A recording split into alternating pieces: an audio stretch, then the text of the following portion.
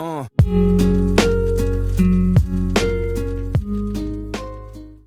Welcome back for another episode. Spicy here. Today I'm bringing you an Ice Mage build featuring the Frost Staff.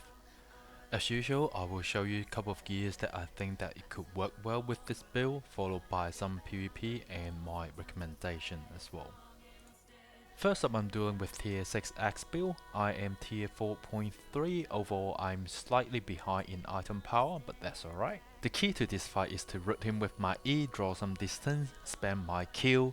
When he get close, use my W to teleport away. I fucked up a little bit there, I thought I had him targeted, but apparently I didn't. I had to use Jan there to tank some damage and wait for my cooldown. Same shit over again, E to root, spam Q. Here I can either use W to teleport away and then spam more Q, or I can just use my R from the cultist rope to heal myself and tank all the physical damage. So basically, up against a melee class, you want to use E to root them, spam Q. Once they get close, use W to teleport away and freeze them, spam more Q, use R to heal and tank physical damage and wait for the CD, and then do the same combo over again. It was a close fight because I fucked up my Q spam and my item power was a little bit behind.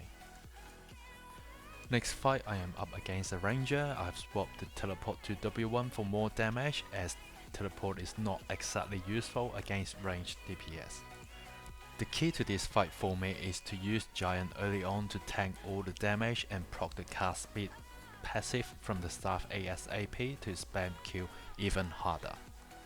That is some sweet kill spam right here. I have made a mistake again. He had the life on hit on. I should have used the ice block to counter that, but I missed it, so I used the R to heal myself up instead. My mistake number 2 here, I should have used EW combo to secure the damage as opposed to WE, but I was lucky that he didn't dodge the damage. Then he probably had everything else, on cooldown while I'm having the HP advantage. So I'm just gonna spam Q to finish off the fight. Next fight I'm gonna show you is a 2v2, me and a melee versus ranger and a cursed mage. The key to this fight is to focus fire. As soon as I see we are targeting different foe, I switch to assist him. Nothing too special, we trading 1 for 1, just me and the cursed mage left, and we have about the same HP left as well. But he need time to build the stacks for the explosion, so I know I can spam Q to finish him off. Unfortunately, he had cultist rope as well. We both healed up, and then the key for me to win this now is to mitigate the explosion, which I did with my ice block, and this is my victory. While the cast speed passive is so sweet, you don't really get it until you hit level 20 if you're new to tier 4. The alternative prior to getting that perk is to use the Scholar Robe, which massively increase your cast speed for 8 seconds. You do lose a little bit of tankiness and sustainable damage, but your Q spam during that time is just awesome. Once you have unlocked the level 20 cast speed passive, it's kinda overkill to use the Scholar Robe. Hence why I switched to Cultist for a bit more tankiness, and I'll show you why. I'm trying to contest this point, but they have a healer and have a melee DPS. There's no way that I can win this fight. Hence why I healed myself up on about half HP, followed by ice block to stay on full HP for a bit longer. Knowing my team may have already secured the other 2, my job here is to stay alive as long as possible. Would have been nice to have Giant, but I might not be able to get here quick enough if I did. In summary, this is a fun build to kite melee class and decent enough to go against range DPS with the right setup.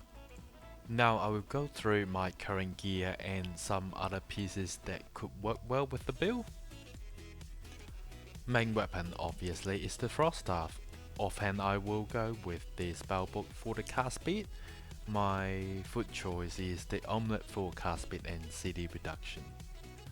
For helmet, there are a few choices here. Offensive option, you have Cultist for the debuff, Stalker for the raw damage, and Plate Royal for the damage setup, as in the CC setup. And for defensive option, you have Cleric for the Ice Block, Graveguard for the heal, and Hellion for the smoke and silence. Chess pieces. Prior to unlocking the cast speed passive, you would want either Scholar or Cloth Royal for the cast speed buff. After that, you open up more options. One is Druid for more damage or Cultist for healing. And for boots, this is a tricky one, because honestly, any of them. The plate gives you CC duration, the leather gives you CDR, and the cloth gives you damage. Cape, you can use Morgana for the cast speed, that for a low CD lightning chain up to 4 targets, or keep a cape if you don't use the Cleric or Cultist armor piece. Alright, these are my current setup: Frost Staff, Spellbow, Cleric Helmet, Cultist Robe, and Guardian Boot. Fat Folk Cape and Omelette for food. That's pretty much it for this episode. Hope you all enjoyed it. Please smash the like and subscribe button if you do. Also feel free to share and comment down below. See you all next time.